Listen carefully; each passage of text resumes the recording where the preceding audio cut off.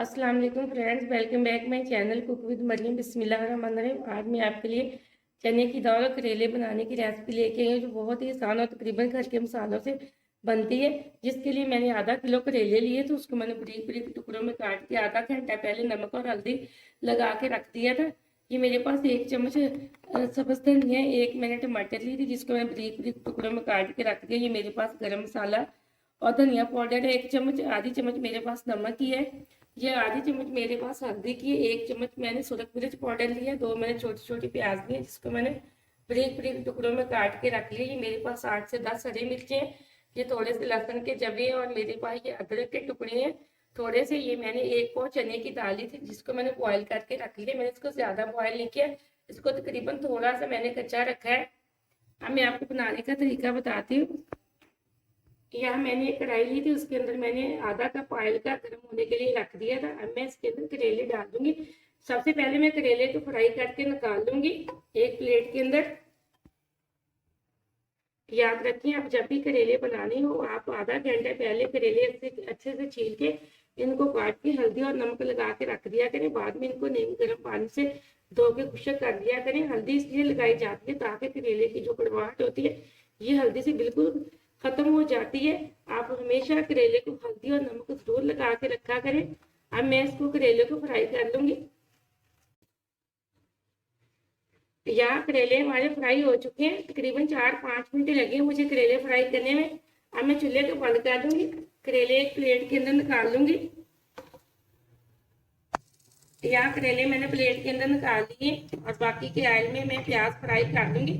चूल्हे को मैंने ऑन कर लिया, चूल्हे को मैंने तकरीबन मीडियम फ्लेम पे रख के करेले फ्राई किए। अब मैं मीडियम फ्लेम पे ही रख के प्याज को भी फ्राई करूंगी। यहाँ प्याज हमारा फ्राई हो चुका है। प्याज को फ्राई करने मुझे तकरीबन 2 मिनट लगे।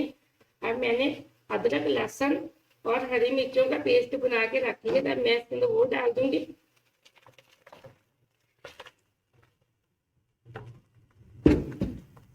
अब इसको अच्छे से मिक्स कर लूंगी, और मैं इसके अंदर अब मेरे पास 1 टमाटर थी, मैं वो भी डाल दूंगी। और मेरे पास लाल मिर्च के पाउडर के 1 चम्मच था, वो भी मैंने इसके अंदर डाल दिए। यहाँ मेरे पास आधी चम्मच हल्दी की थी, वो भी मैंने इसके अंदर डाल दी।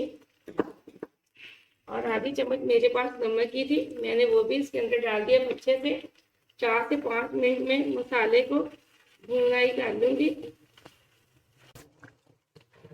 यहाँ 4 से 5 मिनट हो चुके हैं, मसाला हमारा अच्छे से भुनाई हो चुकी है। अब मैं इसके अंदर करेले डाल दूंगी।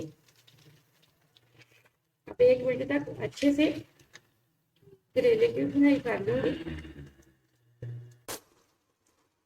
यहाँ मैंने 1 मिनट करेले की भुनाई अच्छे से कर ली है। माशाल्लाह से बहुत अच्छी खुशबू आ रही है।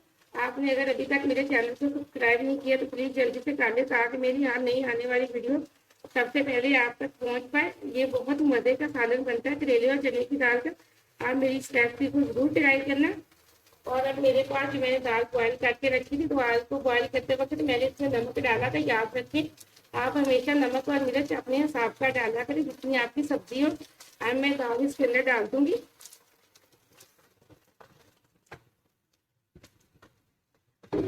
अब मैं इसको अच्छे से मिक्स कर दूंगी।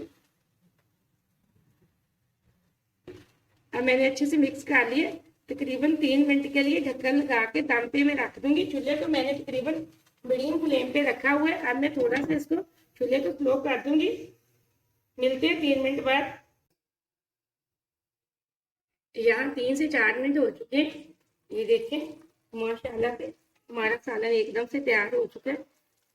ये मेरे पास जो सब्ज धनिया था वो मैं अब इसके अंदर डाल दूंगी। ये मेरे पास पिसा हुआ गरम मसाला और पिसा हुआ धनिया पाउडर था 1 चम्मच, मैंने वो भी अब इसके अंदर डाल दिया। अब इसको अच्छे से मिक्स कर लूंगी, चूल्हे को बंद कर दूंगी। मैं आपको बॉल में निकाल के दिखाती हूँ। मैंने सालन को बॉल के अंदर निकाल लिया। माशाल्लाह से बहुत मज़े का बना है, बहुत अच्छी खुशबू आ रही है। आप मेरी इस रेसिपी को ट्राई ज़रूर करना, बहुत मज़े का बनता है। अगली रेसिपी के लिए इजाज़त चाहती हूँ। अल्लाह हाफिज़।